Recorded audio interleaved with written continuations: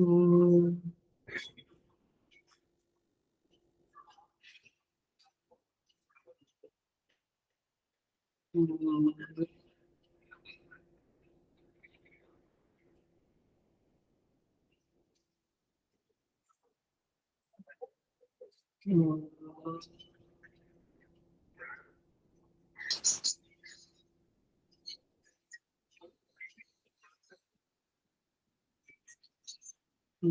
सहनावतु सहनौ भुनक्तु सह वीर्यं करवावहै तेजस्विनावधीतमस्तु मा विद्विषावहै। ॐ शान्ति शान्ति शान्ति। समस्त जन कल्याण निरतं करुणामयं नमामि चिन्मयं देवं सद्गुरुं ब्रह्मविद्वरम्। I welcome you all with great love and great respect in this Bhagavad Gita discourses. हम छठे अध्याय में है. We will chant the shloka from 21, chapter 6, Bhagavad Gita. सुखम आत्यंतिकम यत्तद बुद्धिग्राह्यमतीन्द्रियम् वेत्ति यत्त्वन चैवायम् स्थितश्चलति तत्त्वतः यं लब्ध्वा चापरं लाभं मन्यते नाधिकं ततः यस्मिन् स्थितो न दुःखेन गुरुणापि विचाल्यते तं विद्या दुःखसंयोग वियोगं योगसंज्ञितम् स निश्चयेन योक्तव्यः योगो निर्वेण चेतसा संकल्पप्रभवान् कामान् त्यक्त्वा सर्वान् शेषतः मनसैव हृदयग्रामं विनियम्य समन्ततः शनैः शनैरुपरमेण बुद्ध्या धृतिगृहीतया आत्मसंस्थं मनः कृत्वा न किञ्चित् अपि चिन्तयेत् यतो यतो निश्चरति मनश्चञ्चलमस्थिरं ततस्ततो नियम्येतद् आत्मन्येव वशं नयेत्.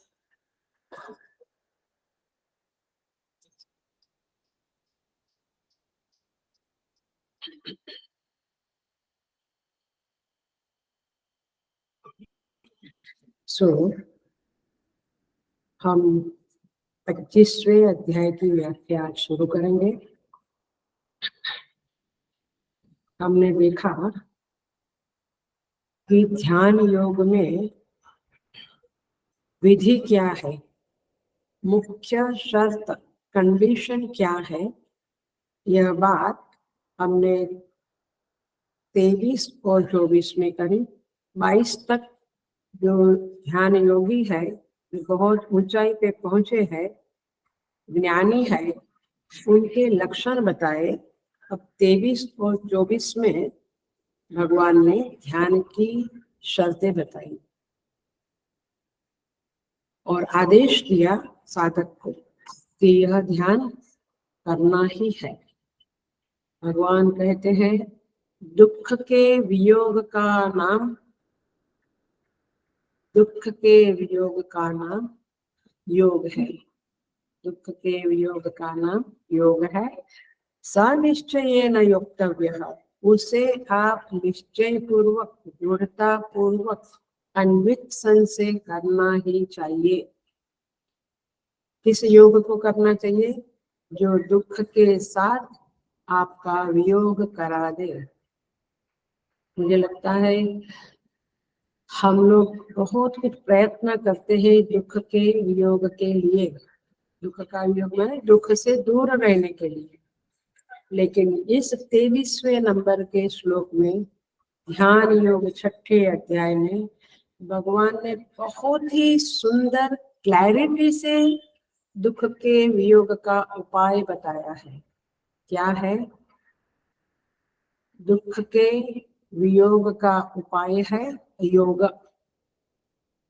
देखिए, आपको गीता में बहुत अलग अलग तरह से योग की व्याख्या मिलेगी. It ends to the same point, लेकिन जिसकी जो योग्यता है उसके मुताबिक वह इस योग की व्याख्या को जीवन में पकड़ ले, अनुष्ठान करे। सो भगवान कहते हैं सनिश्चयेन योक्तव्यः, यह योग जरूर आप करना चाहिए। अनिर्विण्ण चेतसा, मैंने कंटाला किए बगैर, बोर हुए बगैर, उकसाए बगैर आप करना चाहिए। और 24वें श्लोक में भगवान ने कहा संकल्प प्रभवान कामान त्यक्त्वा सर्वान शेषतः, ये जो कामनाएं हैं उसका त्याग करो, माने डिजायर्स को मिनिमम करो। वी कैन नॉट से कि टोटली हम खत्म करेंगे, बट सबसे कम माने बहुत कम डिजायर्स जीवन में होनी चाहिए साधक के जीवन में, ऐसा भगवान यहाँ पे कहते हैं। और मनसा एव इंद्रिय ग्रामम विनियम्य समन्ततः, ये मन के द्वारा, कौन से मन के द्वारा, जो डिजायर लेस हुआ है अथवा जिसकी डिजायर कम हो गई है, इच्छाएं कम हो गई है, ऐसे मन के द्वारा इंद्रिय के समूह को कंट्रोल करो। इसका ऑफलाइन होता तो मैं पूछती थी उल्टा बोलो, तो क्या उल्टा बोलेंगे आप? जो मन डिजायर लेस नहीं हुआ, जिस मन में कामनाएं कम नहीं हुई, वह मन इंद्रिय के समूह को कंट्रोल में नहीं कर सकता है। आई ऐसे उल्टा पुल्टा करके थोड़ा आगे पीछे करके मनन करना चाहिए। सो विनियम्य समन्ततः, ऐसे इंद्रिय के समूह को कंट्रोल करो। और फिर भगवान कहते हैं, आज के श्लोक में प्रवेश करते हैं। शनैः शनैः उपरमेद् बुद्ध्या धृति गृहीतया, भगवान कहते हैं शनैः शनैः माने क्रम क्रम से, सीक्वेंस के साथ एक के बाद एक धीरे धीरे अभ्यास करते हुए उपरमेद्, उपरति को प्राप्त करो। उपरति माने उपरामता, वैराग्य। स्वधर्मानुष्ठानम एवं तत्वबोध में इसकी डेफिनेशन देते हैं भगवान शंकराचार्य जी। उपरति स्वधर्मानुष्ठानम एवं, अपना जो लक्ष्य है उसी में फोकस करो, उसके अलावा कुछ भी एरिया में नजर न डालें, अर्थात कुछ ना करें, केवल अपना लक्ष्य के प्रति जो आवश्यक है वहीं पे ध्यान रखें। तो ये उपरति को प्राप्त करो। कैसे? हे प्रभु, भगवान कहते हैं धृति बुद्ध्या धृति गृहीतया, धैर्य युक्त बुद्धि के द्वारा, माने आपके पास बुद्धि भी होनी है और धीरता धैर्य भी होना है, ऐसा भगवान का कहना है। मैंने धीरज पूर्वक और बुद्धिमत्ता पूर्वक आप मन को और इंद्रियों को संयम कर सकते हैं, ये यहाँ पे कहना है। बड़े ही सुंदर श्लोकास है और हमारे लिए साधना के लिए बहुत इंपॉर्टेंट श्लोकास है। सेकंड लाइन में भगवान कहते हैं आत्मसंस्थं मनः कृत्वा न किंचिदपि चिंतयेत्। आत्मसंस्थं मनः कृत्वा, भगवान कहते हैं मन को आत्मा में माने परमात्मा में स्थित करे, मन को परमात्मा में स्थित करके ना किंचिदपि चिंतये, और कुछ भी चिंतन ना करें, अर्थात किसी विषय के प्रति आकृष्ट ना होवे, यही भगवान का कहना है। तो धीरे धीरे उपरति को प्राप्त करो बुद्धि के द्वारा और धैर्य के द्वारा, और फिर उस मन को आत्मा में स्थापित करो, यही भगवान का कहना है। हम देखेंगे कि हम कैसे कर सकते हैं। तो आदेश क्लियर हो गया भगवान का।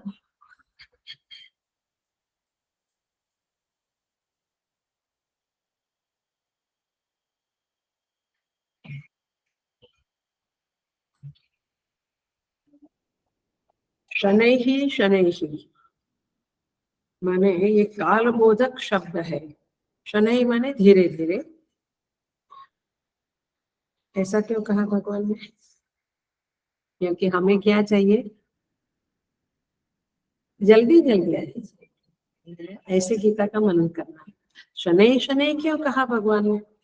क्योंकि हमारा स्वभाव है हमें जल्दी जल्दी मेडिटेशन में लाभ चाहिए। सालों तक ध्यान करने के बाद भी कठिन है, एक स्थिति में आना कठिन है।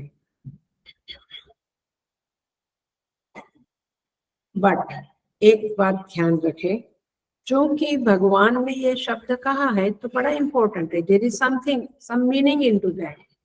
इसका मतलब है कि जितना आप जल्दबाजी करोगे, जितना आप जल्दबाजी करोगे, जल्दी जल्दी मुझे कुछ दिखे, कुछ नाद सुनाई दे, कुछ ब्लू लाइट दिखे, कुछ मन मेरा एकदम इष्ट देवता में स्थिर हो जावे, सर्वत्र ईश बुद्धि हो जावे, तो फिर मजा ही था। आधी पृथ्वी मोक्ष में ही मोक्ष को ही प्राप्त कर देती थी यदि ऐसा होता था। तो भगवान कहते हैं, शनै शनै आचार्य लोग कहते हैं कि यदि आप जल्दबाजी करोगे, जितनी जल्दबाजी करोगे उतना आपकी प्रगति में देर होगी। क्योंकि व्हेन यू आर वरीड कि मेरा क्यों कुछ हो नहीं रहा है, तो वरी में ही समय जाएगा। इसलिए धीरे धीरे अभ्यास करते हुए आप ध्यान को करो। ध्यान में जल्दबाजी ठीक नहीं है। कुछ 2 महीने के बाद मंत्र दीक्षा दिया और 2 महीने के बाद लोग कहते हैं मेरा मन तो स्थिर हुआ ही नहीं, अब क्या करें, अब जब का कोई मतलब ही नहीं हुआ। एक घर बनाते बनाते आधी जिंदगी चली जाती है, नौकरी करके पैसा बचा के गाड़ी लेने के लिए आधी जिंदगी, और इधर 2 महीने में आपको ध्यान का फल चाहिए। Think about it. तो शनैः शनैः उपरमेत, धीरे धीरे उपराम होना चाहिए। बट प्रभु उपराम तक कैसे प्राप्त करें? भगवान बहुत क्लियर कहते हैं, ये शब्दों को भी आप दिल से लगाओ, क्योंकि ध्यान में क्या क्या चाहिए, कैसे उपराम हुए मन और इष्ट देवता में लग जावे। भगवान कहते हैं बुद्ध्या धृति गृहीतया, बुद्ध्या धृति गृहीतया। उपरामता का एक साधन है बुद्धि। माने आप, माने ये भी बहुत जबरदस्त है। जब हम शांति से इन शब्दों को सुनते हैं तो हमें समझता है कि भगवान कितनी बड़ी बड़ी बातें कर रहे हैं। क्योंकि बुद्ध्या धृति गृहीतया, बुद्धि भी प्राप्त होनी चाहिए। मूर्ख को ध्यान प्राप्त नहीं होता है। सॉरी, मैंने, आप उल्टा सोचेंगे तो आपको हर्ट होगा कि मुझे ध्यान प्राप्त नहीं होता है मतलब मैं मूर्ख हूँ। समझना है तो समझ लीजिए, लेकिन बात तो सही है कि बुद्धि होनी चाहिए। ध्यान करने के लिए भी बुद्धिमान होना जरूरी है। यू मस्ट बी इंटेलेक्चुअल, माने you must be having a right intellect, सही बुद्धि होना जरूरी है। और इस बुद्धि में जो आवश्यक है वह है धृति।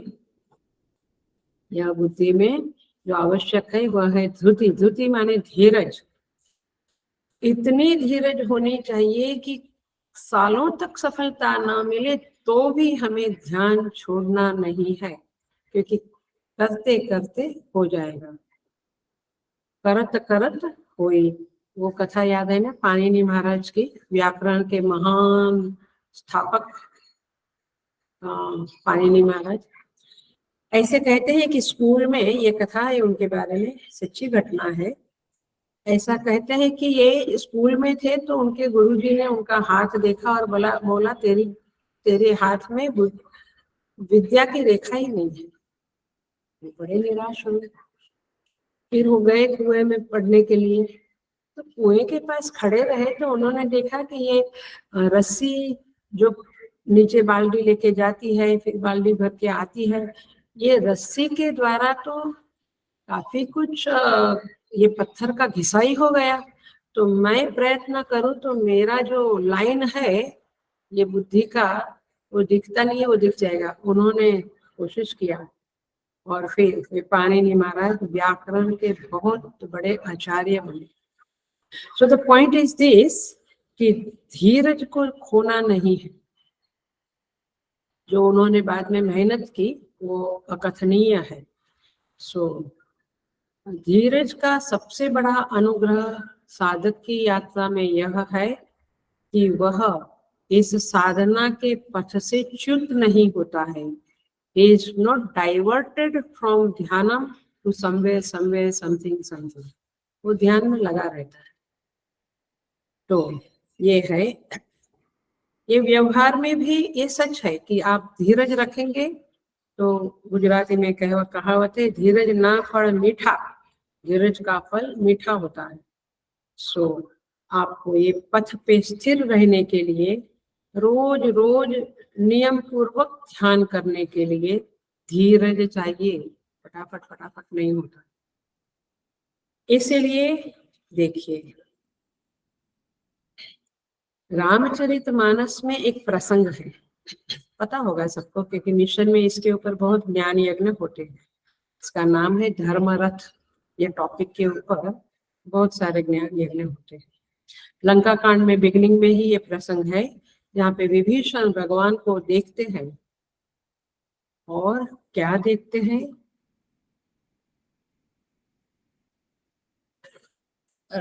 रावण के पास रथ है और भगवान राम के पास रथ नहीं है।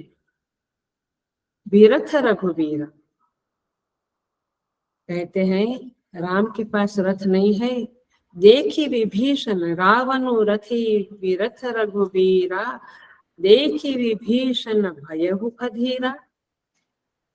रावण के पास रथ है, रावण रथी, बीरथ रघुवीरा, रघुराय के पास रथ नहीं है, युद्ध करने आए हैं। लंका कांड का प्रसंग है, ओपनिंग है युद्ध की। विभीषण को बहुत ही आतुरता हुई, बहुत कष्ट हुआ और इम्पेशेंट बन गए और भगवान को कहने लगे कि प्रभु नहीं पद, भगवान को कहते हैं न, नहीं रथ न पद चाना, आपके पास रथ नहीं है, आपके पास पैर में जूता भी नहीं है। कैसे कैसे आप जीतेंगे, कैसे आप जीतेंगे? जीतो हो बलवीरा, ये रावण जो बलवीर है उसको आप कैसे जीतेंगे? भगवान बहुत सुंदर कहते हैं और बहुत सुंदर, अतिशय सुंदर प्रसंग है रामायण का। ऐसे ही जो रामचरितमानस पढ़ लेते हैं वो बोलते हैं कि हमें सब मालूम है। महामूर्ख है, आई एम सॉरी, महामूर्ख है, क्योंकि एक एक चौपाई में, रामचरितमानस की एक एक चौपाई में गहरे संदेश छिपे हुए हैं और ये बहुत सुंदर है। इसलिए, और धैर्य शब्द आया है इसलिए मैं ये बता रही हूँ। भगवान कहते हैं सुनो सखा कह कृपा निधान। कृपा निधान राम जी कहते हैं सुनो सखा, विभीषण को सखा कहा, मित्र कहा। और बड़ा सुंदर,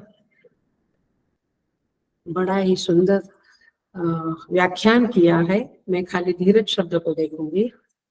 भगवान कहते हैं सुनहु सखा कह कृपा निधाना, लिसन केयरफुली, हेलो, बिल्कुल ध्यान से सुनना और ये आपके हृदय में बस जावे तो आप समझना कि बहुत बड़ा उपकार हो गया आज। भगवान कहते हैं यही जय होई सो स्यंदन आना। नहीं समझा नहीं, रामचरितमानस अवधि में है भाषा।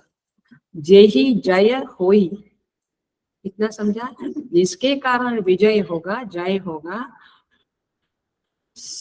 जेहि जय होई जो चंदन आना, माने जेहि जय होई, जिसके द्वारा विजय होगा वो चंदन आना है। आना माने दूसरा ही है, चंदन माने रथ। तुम समझते हो कि ये रथ मेरे पास है तो विजय होगी?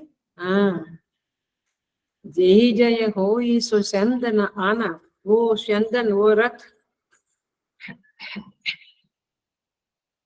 वो रथ और कुछ ही है। वो रथ और कोई रथ है।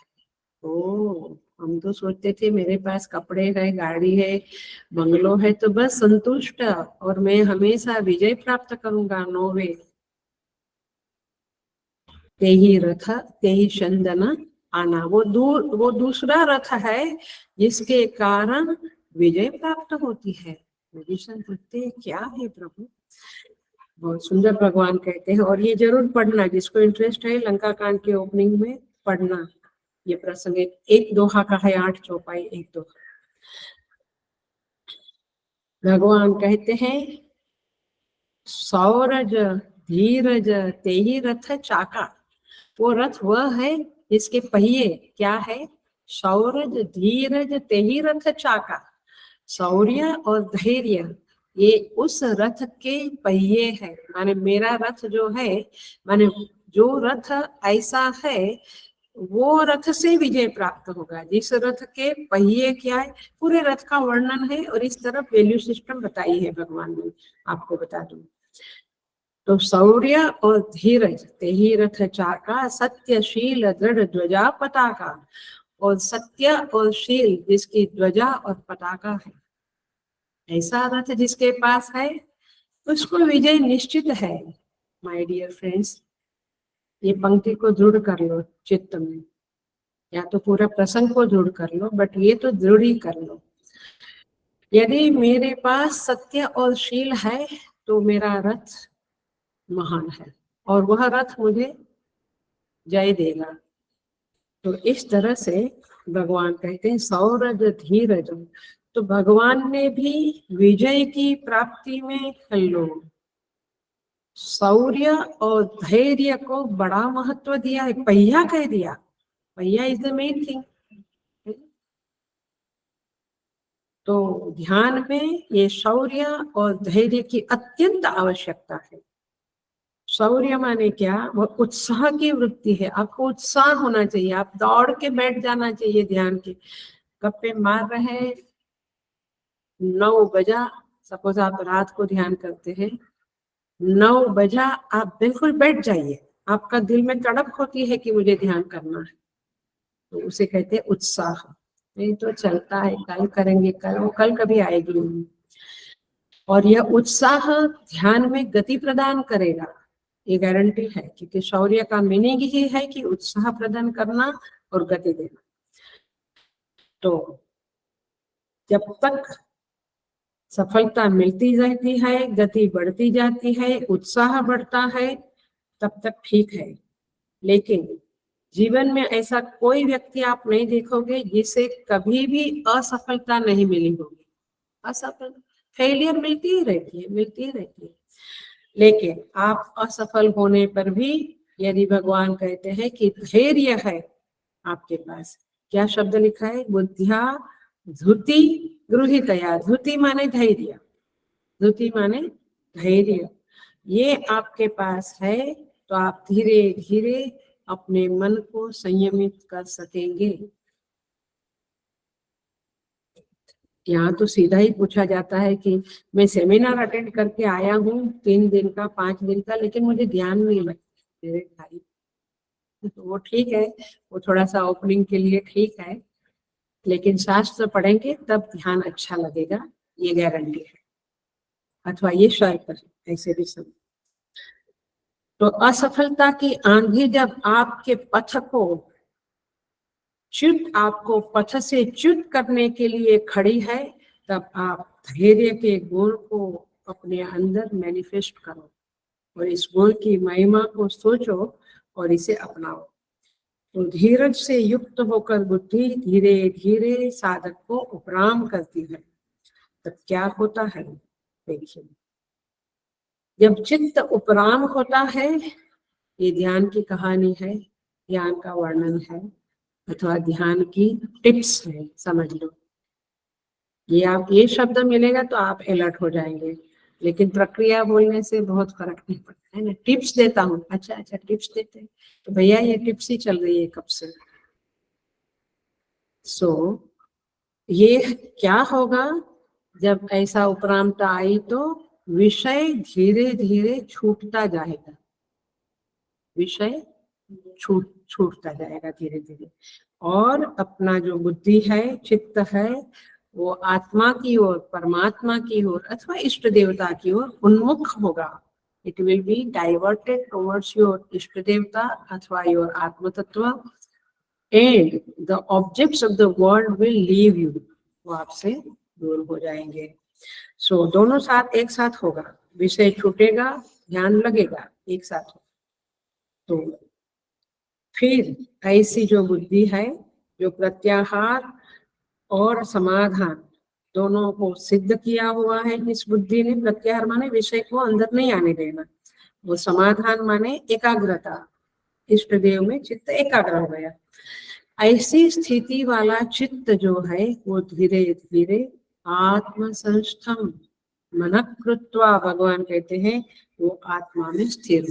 पकड़ी बात आपने, सीधा ही आत्मा में स्थिर नहीं होता है माय डियर फ्रेंड्स, सीधा सीधा आत्मा में कहाँ स्थिर है, इष्ट देवता के चरणों में ही स्थिर नहीं होता है। यहाँ आपको सहारा है, कुछ तो आकृति है, आकार है, गुण है, उसका सहारा लेकर भी चित्त को असहाय नहीं बन सकता है। चित्त पहले असहाय, असहाय माने दुनिया के विषयों से, विषयों का आधार न ले, वो आश्रय न ले, ऐसा चित्त कब बनेगा? तो भगवान कहता है ऐसा चित्त आत्मा में संस्थित होगा, हो जाता है आत्म संस्थम। अब देखो और एक अलग एंगल से ध्यान शब्द का मैं समझाती हूँ। असल में मन को ही ध्यान कहते हैं, असल में मन को ही ध्यान कहते हैं, ध्यान योग के संदर्भ में बोल रही है। हम क्या बोलते हैं, अरे श्रवण करते करते, क्लास सुनते सुनते आपका ध्यान किधर चला गया, ऐसे बोलते हैं ना हम किसी और को, तुम किधर देख रहे हो, किधर हो गया मन? तो ध्यान कहाँ गया? किसी विषय की ओर चला गया। इसका अभिप्राय क्या हुआ? मन उस विषय की ओर चला गया, है ना? समझ में? ध्यान गया माने मन गए, आइए बात। तो मन वहां चला गया, तो मन की प्रकृति है कि वह चीजों को समय देता है, माने वो जगत के पदार्थों के प्रति अपना समय देता रहता है, उसी को ध्यान देना कहते हैं, भाई बात। तो मन का ये खास स्वभाव है, तो हम कह सकते हैं कि जहाँ आदमी का ध्यान होता है वहीं उसका मन होता है, जहाँ आदमी का ध्यान होता है वही उसका मन होता है। यदि यहाँ ध्यान नहीं है तो मतलब आपका मन भी यहाँ नहीं, वह कहीं और विचरण कर रहा है, समझ में आया? इसलिए ध्यान और मन एक ही शब्द है, एक ही साथ जाता है। आत्मसंस्थम मन कृत्वा, अभिप्राय यह हुआ कि अब ध्यान आत्माकार हो गया, मन आपका आत्माकार हो गया, आत्माकार माने ब्रह्माकाराकार वृत्ति, ऐसा हो गया। देखिए भगवान ने इसी अध्याय के 20वें श्लोक में, अभी हम आए हैं 25-26 श्लोक में, 25वें श्लोक में, लेकिन 20वें श्लोक में भगवान ने कहा यत्सो परमते चित्तम निरुद्धम योग सेवया, यत्र चैवात्मनात्मानं पश्यन् आत्मनि तुष्यति। भगवान कहते हैं जिसका चित्त निरुद्ध हो गया है, निरुद्ध हो गया है माने कंट्रोल हो गया है, वह आत्मना आत्मानं पश्यन्, वह आत्मा से आत्मा को देखता है। मतलब हमने उसको बताया था कि आत्मना शब्द का अर्थ भगवान भाष्यकार ने कहा है शोधित अंतकर, शुद्ध अंतकरण, अंतकरणेन माने शोधित, शुद्ध किया हुआ अंतकरण के द्वारा वह आत्मा को देखता है। यहाँ पे क्या कहा भगवान ने इस 25वें श्लोक में? बुद्ध्याधुति गृहीतया, पकड़ा आपने बात को। वहां 20वें श्लोक में क्या कहा था? आत्मना, आत्मना माने शुद्ध अंतकरण से आत्मा को देखता है। यहाँ पे कहा बुद्धिपूर्वक, ध्यान, धैर्य युक्त बुद्धि के द्वारा अंतकरण को देखता है। देखिए ये सारी शर्तें हैं, ये सारी कंडीशंस है ध्यान करने के लिए। इसलिए मन अत्यंत कलुषित है, धैर्य नहीं है, बुद्धिमत्ता नहीं है, और ध्यान करने बैठोगे तो अवश्य ध्यान नहीं लगेगा। इसलिए जो फाउंडेशन वाली बातें हैं वो भी ध्यान में रखनी पड़ेगी। 100% नहीं तो कुछ अंश में तो ये गुणों को अपनाना पड़ेगा जीवन में, तब जाके ध्यान लगेगा। भगवान कहते हैं न किंचिदपि चिंतयेत शनैः शनैः उपरमेत बुद्ध्या धृति गृहीतया आत्मसंस्थं मनः कृत्वा न किंचिदपि चिंतयेत। आपको कुछ भी चिंतन नहीं करना, मतलब कि एक बार ध्यान लगा तो मन को किसी विषय के प्रति डाइवर्ट होने नहीं देना। न चिंतयेत मतलब ये हुआ कि यहाँ तक कि विषय का चिंतन तो नहीं करना, लेकिन यहाँ तक कि अभी मुझे अच्छा ध्यान लगने लगा है, ऐसा मन में आता है। भगवान कहते हैं ये भीतरी विघ्न है, ये भी एक प्रकार का विघ्न है। कुछ भी ऐसा पॉजिटिव भी कुछ भी नहीं आना चाहिए, क्योंकि कुछ भी मन में आया तो ये एक प्रकार का कामना माने इच्छा ही हो गई कि हाँ अभी मुझे अच्छा ध्यान लगने लगा है, अभी मेरा और अच्छा होगा। कुछ भी नहीं। भगवान कहते हैं जैसे आपके मन में ये आया, अब मैं स्थिर हो गया, अब मुझे कोई चिंता नहीं, अब मैं आगे बढ़ूंगा, ऐसा मन में आने लगा, क्योंकि मन स्थिर हुआ तो ये विषय ये चित्त में आने लगा, तो भगवान कहते उसी समय आप पुनः अस्थिर हो जाएंगे, चंचल हो गए, तो फिर आपकी प्रगति नहीं होगी। जैसे पूज्य गुरुदेव कहते हैं कोई व्यक्ति सोचता है कि मैं बड़ा विनम्र हूँ, I am very humble person, ये समय आपके अंदर ये विचार आया, उसी समय आपकी विनम्रता चली गई। आई एम हम्बल पर्सन ये आई बात, तब आपकी विनम्रता नहीं रही। इसको गुरुदेव ऐसे कहते हैं humility is a peculiar virtue the moment you realise that you are humble you are not humble. तो ध्यान में बहुत ध्यान रखना है, ध्यान करते समय बहुत ध्यान रखना है। भगवान कहते हैं ऐसा अच्छा चित्त बन गया ऊपर में तो आत्म संस्थम मन कृत्वा, फिर आप 1 सेकंड का भी देर मत लगाओ, 1 मिनट का भी देर मत लगाओ, आप तुरंत ऐसे सुंदर मन को, ऐसे स्वच्छ मन को आत्मा के साथ जोड़ने की कोशिश करो। आत्म संस्थम मन कृत्वा। अब आत्मा माने दृष्टा, सीयर, देखने वाला, ईश्वर, परमात्मा, अंतर्यामी, आपको जो समझना है समझो, माने आपको जहाँ प्यार है उस शब्द के साथ आप जुड़ जाओ। तो यह ध्यान की प्रक्रिया है। क्या आत्मा में अथवा इष्ट देवता में मन को लगा दो, तुरंत जैसे चित्त उपराम हुआ। आप एक और अलर्टनेस भगवान दे रहे हैं। हेलो, ध्यान से सुनना, इस पॉइंट को बहुत जबरदस्त पॉइंट है, इस पॉइंट को बिल्कुल पकड़ लेना। तो प्रक्रिया क्या है? एक प्रक्रिया तो ये है कि आत्मा में मन को लगा देना। अब दूसरी प्रक्रिया यह है, ये ज्यादा गहरी, ज्यादा सूक्ष्म, ज्यादा महत्व की इम्पोर्टेंट प्रक्रिया है, और ये वेदांत के विद्यार्थी ही इस प्रक्रिया में प्रवेश कर सकते हैं, बाकी नहीं। ये आचार्यों का कथन है। दूसरी प्रक्रिया यह है कि श्रवण करे, शास्त्र का श्रवण करे, मनन करे, और फिर उस ऐसा जो श्रवण मनन निधिध्यासन युक्त मन है, ऐसे मन को आप दृष्टा की ओर ले गए तो अच्छी बात है, वो दृष्टा में संस्थित हो जाएगा, स्थित होगा।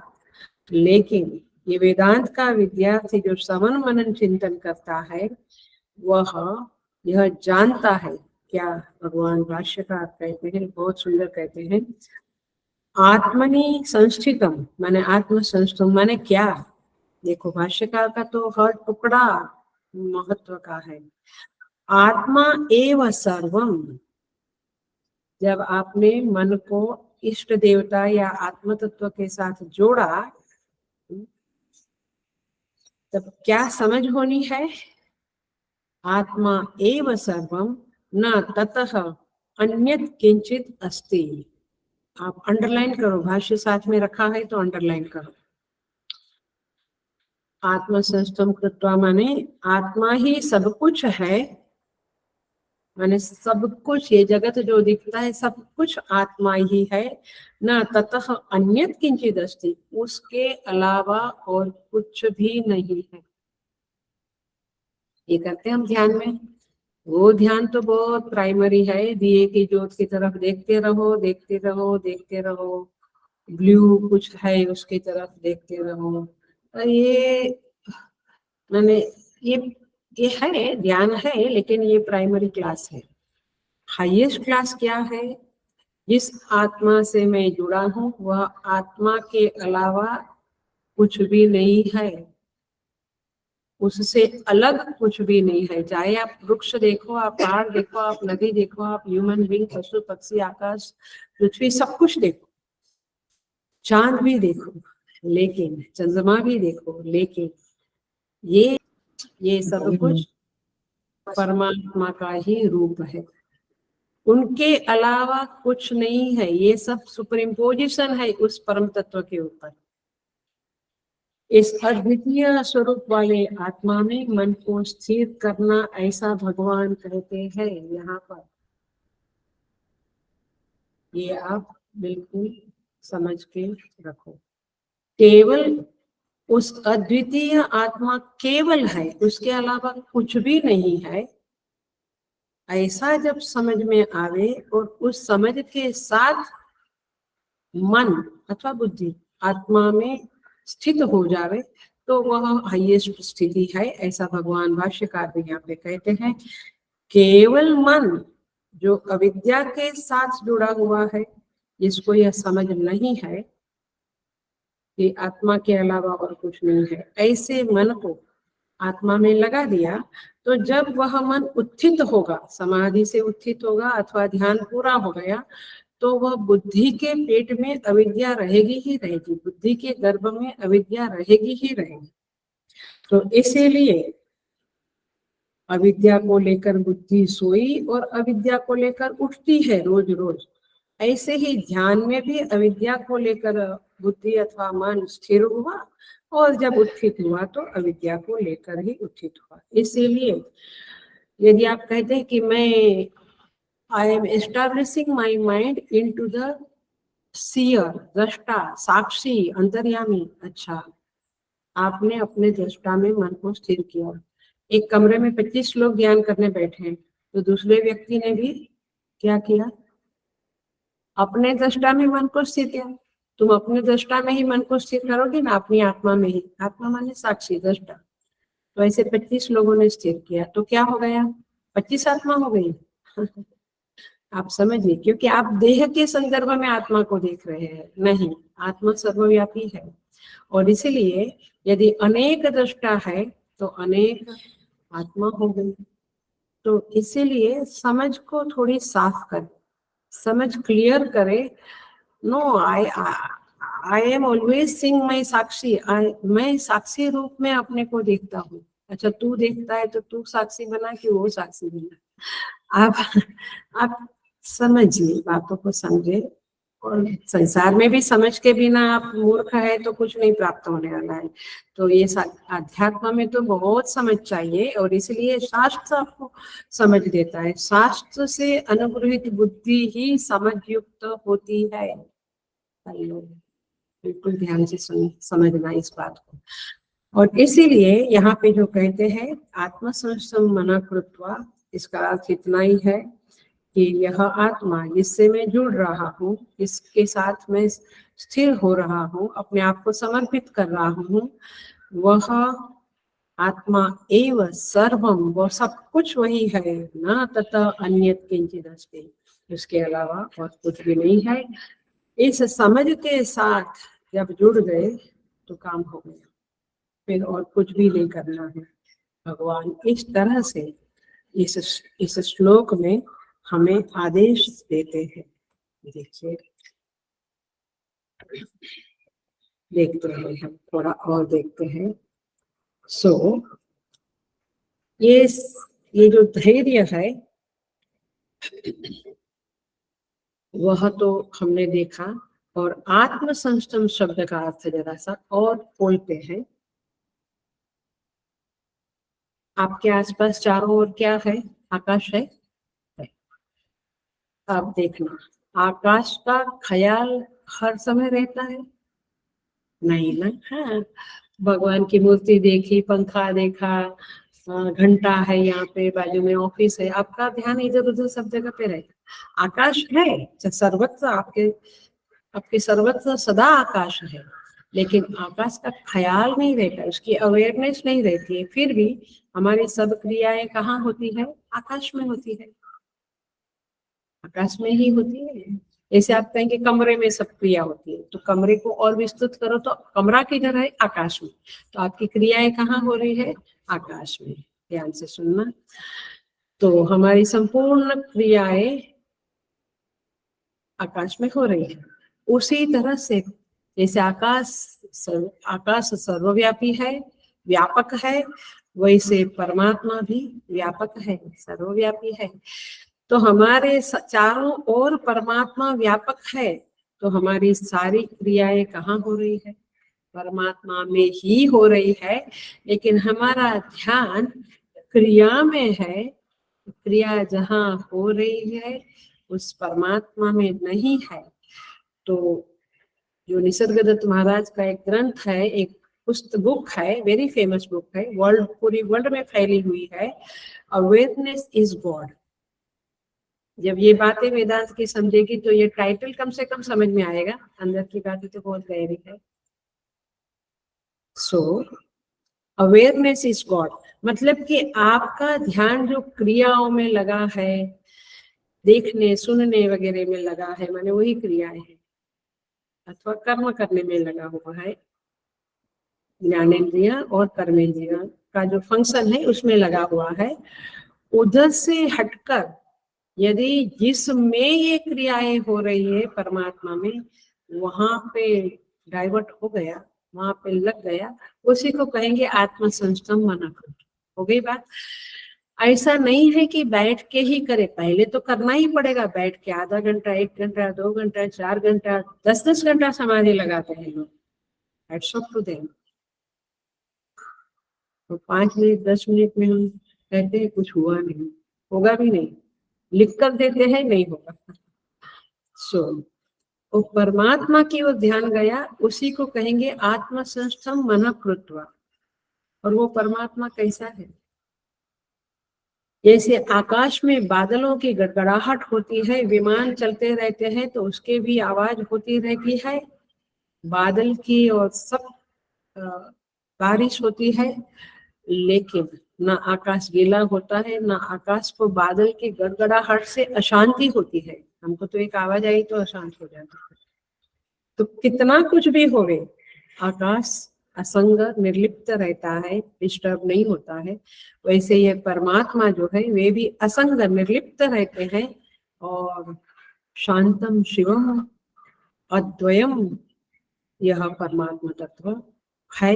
और इस परमात्मा को के साथ हमें जुड़ना है, ये साधना करनी है, बस आप इतना याद रखिए। आप अंदर करें, जिसको एक्सपर्टाइजेशन है वो बाहर भी इसी समय भी वह कर सकता है।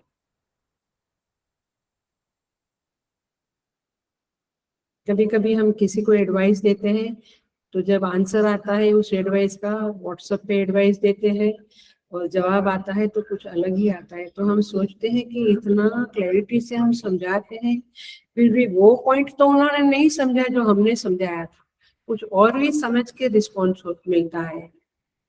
तब ये विचार आता है कि ये गहरी गहरी बातें हम क्लास में बोलते हैं, पता नहीं कितना आगे गेटिंग अंदर जाता है, माने राइट वे में आप उसे समझते हैं, ये सोचने वाली बात है।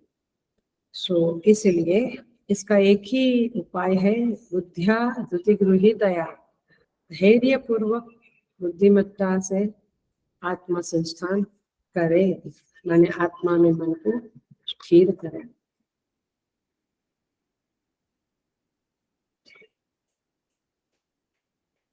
इसका एक वैदिक उपाय बताती हूँ, आज चल रहा है तो चल रहा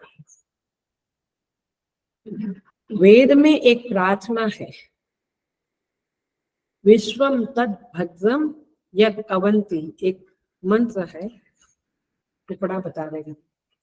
विश्वम तद भद्रम यद अवंती, आप चित्त में, यदि आप आगे नहीं बढ़ चुके हैं, अभी तक बहुत बढ़े नहीं है, तो आप मन में एक भावना, एक ये मंत्र याद रखो। क्या है? यह विश्व मंगल है, शुभ है।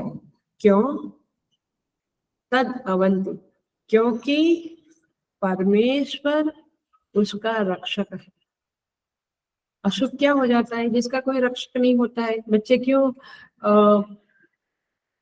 विचित्र हो जाते हैं? माने न भगवान में मानते हैं, न कुछ न उनको कोई समझ है। हाँ, पैसा कमा लेते हैं, लेकिन धर्मयुक्त जीवन या जीवन में जो धैर्य चाहिए, जो समझ चाहिए, वो जीवन की समझ उनके पास बहुत बार नहीं आती है। तो हमको लगता है, उनको लगता है ये सब वर्ल्ड इज बेकार है, ऐसा है, वैसा है, नेगेटिविटी आपकी भाषा में। तो ये सूत्र याद रखे और समझे, उनको भी देवे। विश्वम तद्भद्रम यद अवंती, जिसको परमात्मा रक्षण कर रहा है, संभाल रहा है, वह विश्व बड़ा ही मंगल है। इसके कारण होगा क्या? आपके चित्त में राग द्वेष कम हो जाएंगे। समझ में आई बात? ऐसी ऐसी कुछ पंक्तियां हैं जो हमारे घरों में पहले कही जाती थी, हमको सिखाई जाती थी। अभी तो और एक बात बताते, शास्त्र कहता है क्रिया सिद्धिम सत्वे भवति महताम न उपकरणे। उपनिषद ही कहती है कि आपकी क्रिया सिद्धि, आपको ध्यान सिद्ध हो जाएगा। You will be able to focus घंटों घंटों। यू कैन गो इनटू समाधि। कब? क्रिया सिद्धि सत्वे भवति न उपकरणे। आपके पास कोई साधन है, बहुत प्रयास है, वो सब ठीक है, आप अनुष्ठान करो, आप बहुत प्रयास करो, लेकिन क्रिया सिद्धि सत्वे भवति, अंतःकरण यदि शुद्ध है तो आपको विजय भी है हर जगह पे। और इसलिए विजय का सूत्र समझ में रखना है। अंतःकरण शुद्ध माने वही जो राम जी वाली बात है, सौरज धीरज तेरथ चाका सत्यशील ध्वजा पताका, सत्यशील दृढ़ ध्वजा पताका। Value system is the main thing. इस तरह से भगवान यहाँ पे कहते हैं, धैर्य युक्त बुद्धि के द्वारा धीरे धीरे अभ्यास करते हुए मन को आत्मा के साथ जोड़ो और कोई चिंतन ना करो, तब जाके यह ध्यान की सिद्धि होगी। एक छोटी सी कथा है। नारद जी कहीं से जा रहे थे, वहां पे जंगल जैसा था, वहां पे गुफा में ध्यान कर रहे थे। एक गुफा में एक व्यक्ति, दूसरी गुफा में दूसरी व्यक्ति। नारद जी को देखा, खड़े हुए, नमस्कार किया और कहा, महाराज कहाँ जा रहे हैं? बोले, विष्णु लोक में जा रहा। नारद जी बड़े दयालु, बोला, कुछ संदेश है? भगवान को कुछ कहना है आपको? तो बोले कि हाँ हाँ हाँ, हमारे प्रणाम कहना। और एक व्यक्ति कहती है कि, माने दोनों ने कहा कि महर्षि जी, नारद जी, आप ये कहना कि हमको मोक्ष कब मिलेगा? हम मोक्ष के लिए ध्यान करने बैठे हैं यहाँ पे, वर्षों से समाधि में, मैंने यहाँ पे गुफा में बैठा। नारद जी बोले ठीक। गए और वापस जो काम था करके नारद जी वापस उसी रास्ते से निकले, क्योंकि इनको जवाब देना था। तो पहली व्यक्ति ने पूछा कि नारद जी क्या बताया भगवान ने, मुझे कब मोक्ष मिलेगा? नारद जी बोले 1000 साल के बाद मिलेगा। बाप रे, 1000 साल और मुझे साधना करनी पड़ेगी? बड़ा निराश हो गया, खिन्न हो गया। दूसरे व्यक्ति ने पूछा, मेरे लिए क्या बताया भगवान विष्णु ने? तो वहां पे पास में पीपल का वृक्ष था। पीपल के वृक्ष में बहुत पान रहते हैं, बड़ा विशाल था। तो बोला, इस वृक्ष में जितने पत्ते हैं उतने साल लगेंगे तेरे को। हाँ ठीक है ना, बट मुझे मोक्ष तो मिलेगा ना, I am ready, I am happy. वो नाचने लगा। किसमें धैर्य है, पहले वाले में या दूसरे वाले में? दूसरे वाले में है ना। तो इस तरह से यहाँ पे ये बातें कही जाती है। हम आगे देखते हैं।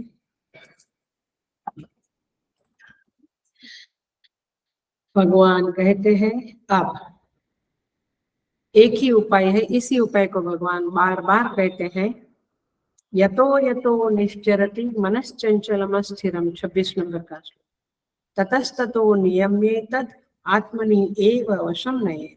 भगवान कहते हैं यह अस्थिर और चंचल मन जिस जिस यत यत निश्चरति, जिस जिस विषय में विचरण करने लगता है, ये भाषा समझते हैं ना, मन जिस जिस विषय में भागता है, ततः ततः नियम्य एतद आत्मनि एव वशम नये, संधि अलग करके बोली में, उस विषय से रोक कर हो जाता है, उसको रोक कर नियम्य, उसको कंट्रोल करके वश में करके, आत्मनि एव वशम नये, परमात्मा में ही उसको जोड़ दो। अब भगवान आदेश करते हैं कि उसको जोड़ना चाहिए, वशम नये। सो ये है साधक को आदेश। और इसलिए आप कितना भी श्रवण करें, मनन करें, ध्यान करें, लेकिन भगवान के वचनों को जब हम जीवन में उतारेंगे तब ही जाकर साधना में सिद्धि होगी। और उसी तरह से सुन लो, संसार के जो भी काम है, उस काम में, उस कार्यों में, कर्मों में भगवान ने जो आदेश दिए हैं, जो नियम बताए हैं, धर्म के कार्य की सिद्धि के, उस नियमों को पालन करते हुए यदि हम व्यवहार के काम भी करें तो अवश्य विजय मिलेगी। फेलियर की संभावना ही नहीं है, क्योंकि हमने परमात्मा ने जैसा कहा वैसा किया है। सो देखो यहाँ पे कहते हैं यतो यतो मन निश्चरति, जहां जहां से मन निकल रहा है, मैंने बार बार विषयों में जा रहा है, किस कारण जा रहा है मन? मन क्यों बाहर जा रहा है? इसके कारण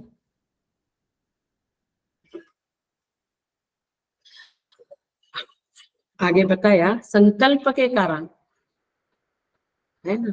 संकल्प प्रभवान कामान त्यक्त्वा अशेषतः, भगवान कहते हैं कि संकल्प हुआ, उससे कामना उत्पन्न हुई, और फिर कामना ने क्या कर दिया? आपको मार डाला। क्या कहते हैं भगवान 20 नंबर के श्लोक में, 23 नंबर के 24 नंबर के श्लोक में, संकल्प प्रभवान कामान त्यक्त्वा सर्वान अशेषतः, भगवान कहते हैं उस कामना का त्याग कर। तो पहले क्या हो गया? मन क्यों निकला? कामना के कारण। इसलिए भगवान ने कहा कामना का त्याग करो तो मन स्थिर होगा। अब देखना जरा 24 नंबर का श्लोक और ये 26 नंबर का श्लोक। तो पहले कामना के कारण मन निश्चरति हुआ, मन बाहर गया है ना, कुछ इच्छा हुई, ये चाहिए वो चाहिए, तो मन बाहर गया। यहाँ पे अटेंशन देना, इसीलिए आचार्यों से सुनने की आवश्यकता है, और भाष्य पढ़ना अवश्य आवश्यक है। अभी ये ऑनलाइन एक घंटे में नहीं पढ़ा सकते, नहीं तो भाष्य से ही हम लोग पढ़ते थे पहले। तो दूसरा जो कारण है कि मन निकल जाता है, वह है उसका स्वभाव। स्वभाव दोषात, भाष्य देखना, जिसको अंडरलाइन करना है कर लेना। स्वभाव दोषात, भगवान कहते हैं ये स्वभाव के कारण मन विषय की ओर चला जाता है। क्यों? क्या स्वभाव है मन का? चंचलता, चंचलम अस्थिरम, भगवान कहते हैं मन का स्वभाव है चंचल। ओ, मुझे तो बहुत रिलैक्स हो गया, मैं चंचल नहीं हूँ, ये मन भगवान ने ही दिया हुआ चंचल है, तो अभी क्या करें, छोड़ो ना। तो भगवान ने 24 नंबर के श्लोक में कहा कामान त्यक्त्वा, कामना के कारण, संकल्प के कारण मन निकलता है, वहां पे हमें प्रयास करना चाहिए। परंतु ये मन चंचल है, ये तो है ही, और इसलिए जब कामनाएं आपके अंदर उदित होती है तो ये कामनाएं आपके चंचल स्वभाव वाले मन को खाद है, खाद माने जो हम प्लांटिंग के लिए डालते हैं ना, अथवा खेती के लिए डालते हैं, वो खाद है।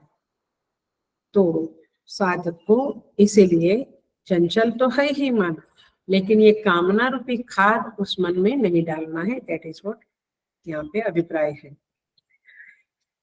और दूसरी एक बात, भगवान साधक के प्रति करुणा से कहते हैं कि साधक सोचता है कि मैंने तो सारी कामनाएं त्याग दी है, केवल खाना पीना और माने कपड़ा वगैरह स्नान जो रूटीन है उतना ही मैं करता हूँ, और उसमें भी कोई ऐसी कामना है ही नहीं, फिर भी मेरा मन क्यों चंचल होता है? क्यों होता है? स्वभाव दोषात्, स्वभाव दोषात्। तो इसीलिए ये शैतान बच्चे की तरह मन निकल जाता है, क्योंकि उसका स्वभाव ही है चंचल।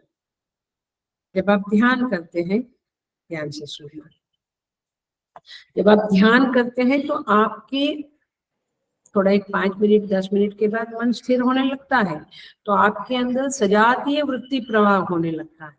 राइट, सजातीय वृत्ति प्रवाह माने एक ही टाइप की वृत्ति, ओम नमः शिवाय, ओम नमः शिवाय, हे भगवान शिव मैं आपको नमस्कार करता हूँ, तो यही वृत्ति चलती है, अथवा जो भी है।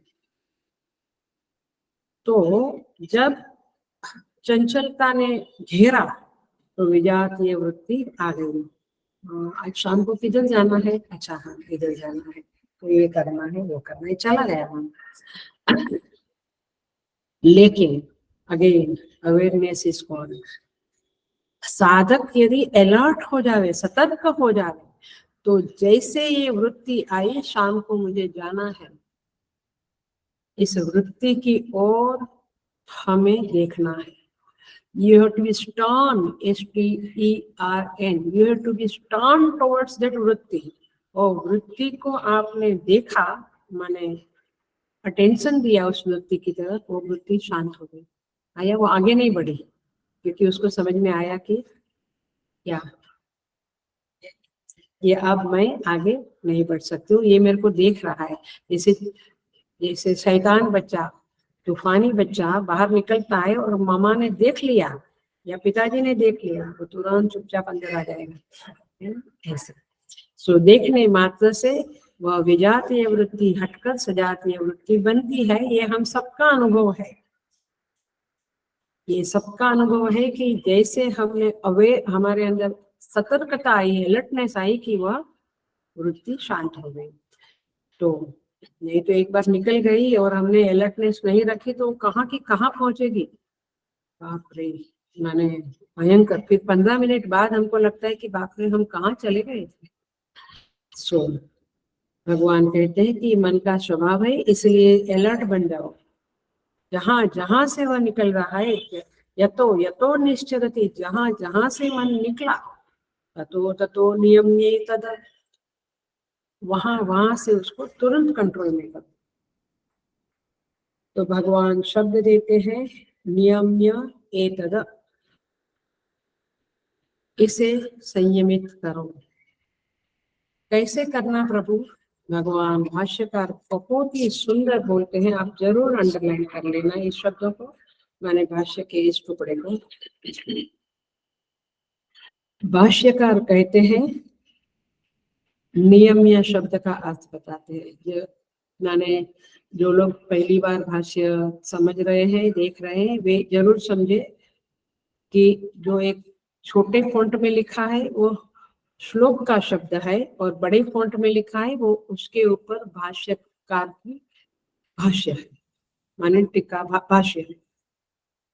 सो भाष्यकार लिखते हैं तद तद निमित्तम, या चौथी लाइन है, निमित्तम याथात्म्य निरूपणेन आभासीकृत्य होमा वैराग्य भावनया च होमा एतद्मन आत्मनि एवं वशम नयेत्। माने एक ये कहा और दूसरा अंडरलाइन कर दो, एवं योगाभ्यास बलात् योगिना आत्मनि एव प्रशाम्यति मनः।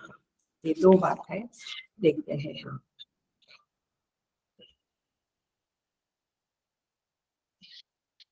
मतलब ये हुआ याथात्म्य निरूपणेन आभासी कृत्य, ये पहला शब्द है भाष्य का, उसी को पकड़ के हम टीका कर रहे हैं, प्रवचन कर रहे हैं।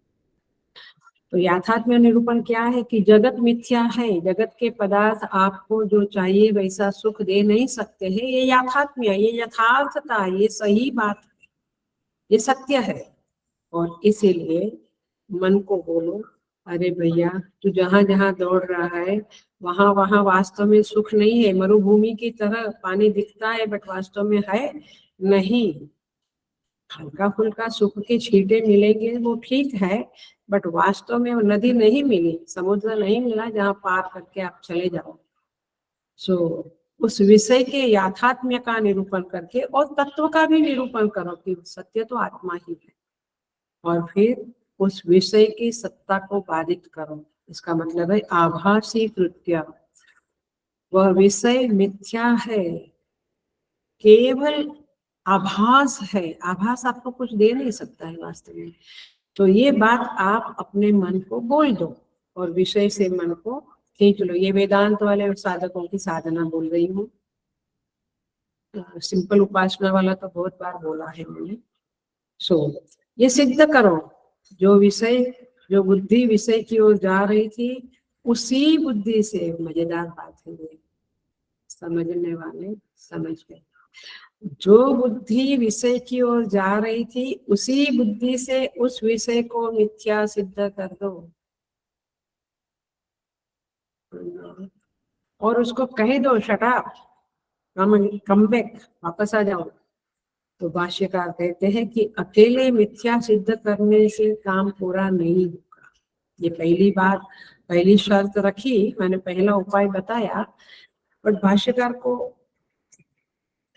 विश्वास नहीं है कि लोग इतना कर पाएंगे। तो भाष्यकार कहते हैं एक दूसरे टाइप के लोगों के लिए, माने थोड़े कम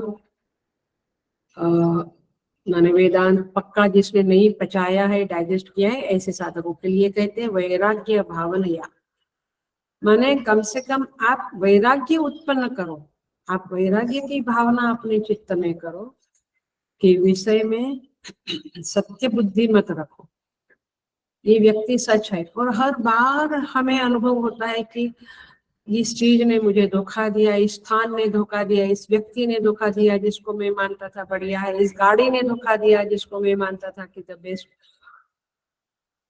माने संसार में कभी करे ना होमवर्क हम, संसार में एक साल में कितनी बार धोखा खाया, तो 50 साल के हो गए हम, तो कितने धोखे हैं, बट हमें कभी चिंतन करने को टाइम ही नहीं है। भगवान कहते हैं वैराग्य भावना, विषय में सत्य बुद्धि हो नहीं सकती, नहीं होनी चाहिए। लेकिन होता क्या है बताएं, इसका रहस्य बताएं। पदार्थों में माने व्यक्ति में, वस्तु में, विषय में, घर बंगलो गाड़ी व्यक्ति पशु पक्षी जो भी है, आपको कुदरत, आपको वहां पे बड़ी महत्व बुद्धि लगती है। You feel very wow great, माने सुंदरता दिखती है, शोभन शोभन बुद्धि दिखती है, हाँ बढ़िया है बढ़िया है। फिर महत्व बुद्धि दिखती है, oh it's very very useful to me, ये महत्व बुद्धि है, बड़ा सुंदर है, ये शोभन बुद्धि है, महत्व बुद्धि है। और फिर आपको उसमें, चूंकि महत्व बुद्धि है, आपको उसमें सत्यत्व बुद्धि आ ही जाती है। इसलिए आपको काटना है तो कहाँ से काटना पड़ेगा, वेदांत के द्वारा ही काटना पड़ेगा कि ये जगत सत्य नहीं है, ब्रह्म सत्य जगत नहीं सत्य, ये पकड़ के रखना।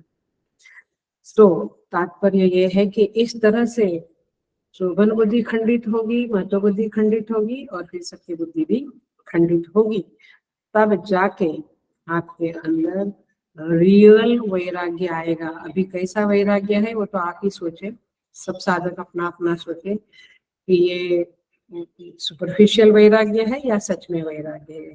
जैसे अंगूर खट्टे है वाला वैराग्य है, ये वास्तविक वैराग्य है।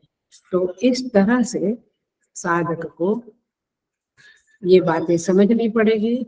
और ततो ततो नियम्य तत् आत्मनि एव वशम में, तब जाके। और तीसरी बात भाष्यकार ने बताई, योगाभ्यास बलात् योगिना आत्मनि एव प्रशाम्यते मनः, और योगाभ्यास करें तो ये सारे योगाभ्यास के ही अंग है, ध्यान करना और ये भावना करना, वैराग्य लाना, ये समझ पैदा करना इत्यादि।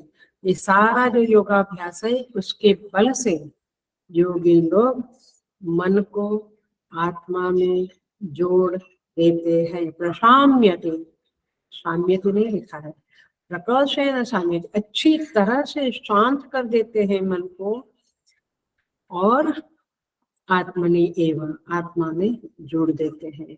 तो इस तरह से यहाँ पे कैसे नियम यह करना है ये बात बताई। बट मन कैसा है ये पक्का करना, मन कैसा है, मनः चंचलम अस्थिरम, लिखा है ना, यतो यतो निश्चरति मनश्चंचलम अस्थिरम, मन कैसा है, चंचल है, अस्थिर है। ये दोनों बातें भगवान कहते हैं ये मन की प्रकृति है। सो फॉरगेट अबाउट दैट, वो जो है वो है। बट आप अपना कामनाओं को छोड़कर जब खाद नहीं देंगे तो मन धीरे धीरे शांत होगा।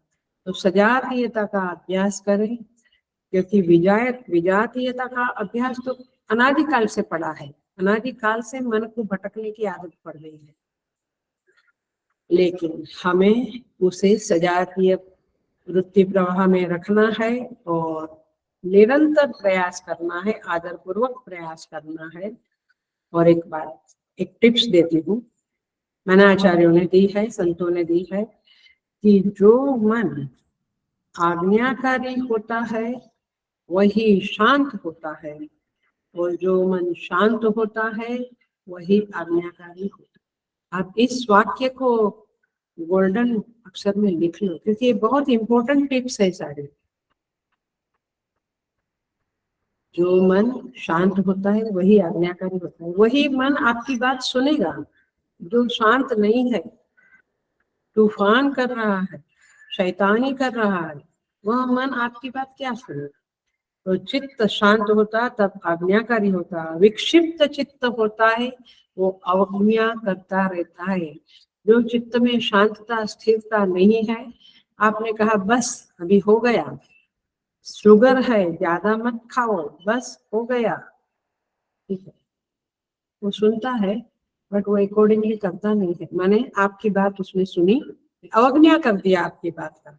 तो इसलिए मन को शांत रखना। आप देखिएगा ना, आप ये अभ्यास करिएगा। ये जो गीता है जो कहती है, भगवान जो कहते हैं, उसका एक्सपेरिमेंट करो ना, तब पता चलेगा कि भगवान के हर वाक्य में दम है, बल है।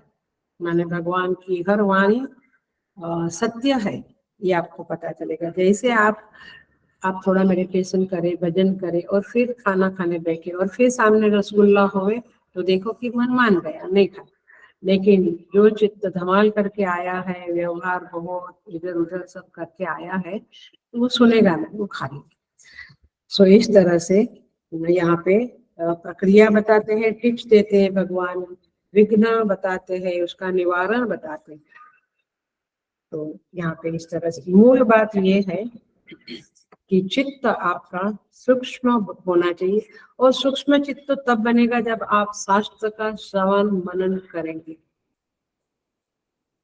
मन सबल बनना चाहिए, सबल तब बनेगा जब आप उपासना करेंगे, तो मन बलयुक्त बनेगा। सूक्ष्म होना है शास्त्र अभ्यास से, सबल होना है उपासना से। ऐसा मन स्वाधीन रहता है और जागृत रहता है, सावधान रहता है। तो चित्त में चार, माने ये मन की चार क्वालिटीज बताती हूँ, जो हमें अपना माने देखना चाहिए अपने अंदर, स्वाध्याय करना चाहिए। सूक्ष्म हो, सबल हो, सावधान हो, स्वाधीन हो। ऐसा मन आराम से अपने वश में आता है, और ऐसा मन आत्म संस्थम मन कृत्वा, ऐसा मन आपके आत्मा के साथ, परमात्मा के साथ, जो सर्वरूप है और उसके अलावा और कुछ नहीं है, इस भावना, इस समझ के साथ, इस जो शास्त्राभ्यास करता है उसको ये समझ, ये कन्विक्शन मिलता है। ऐसे कन्विक्शन के साथ जो ध्यान करेगा, भगवान कहते हैं उसको जरूर साधना में सफलता प्राप्त होगी। देखिए बहुत सुंदर मधुसूदन सरस्वती जी कहते हैं कि जिस प्रकार आत्मनि एव वशं नयेत, इस शब्द को कह रहे हैं। जिस प्रकार घड़ा जब बनता है, घट माने पीओटी पोट जब बनता है, उत्पन्न होता है, तो स्वयं आकाश से भरा हुआ होता है कि नहीं? भरा हुआ होता है, क्योंकि सर्वत्र आकाश है। ऐसा सर्वत्र माने आकाश से परिपूर्ण भरा हुआ उत्पन्न होता है। अब आप उसमें पानी डालो या चावल डालो, जो भी डालो, अब थोड़ी देर समय, थोड़े दिन बाद उसको निकाल दो, पानी को निकाल दो, या अनाज डाला है तो उसको निकाल दो, लेकिन आप आकाश को निकाल सकेंगे नहीं ना?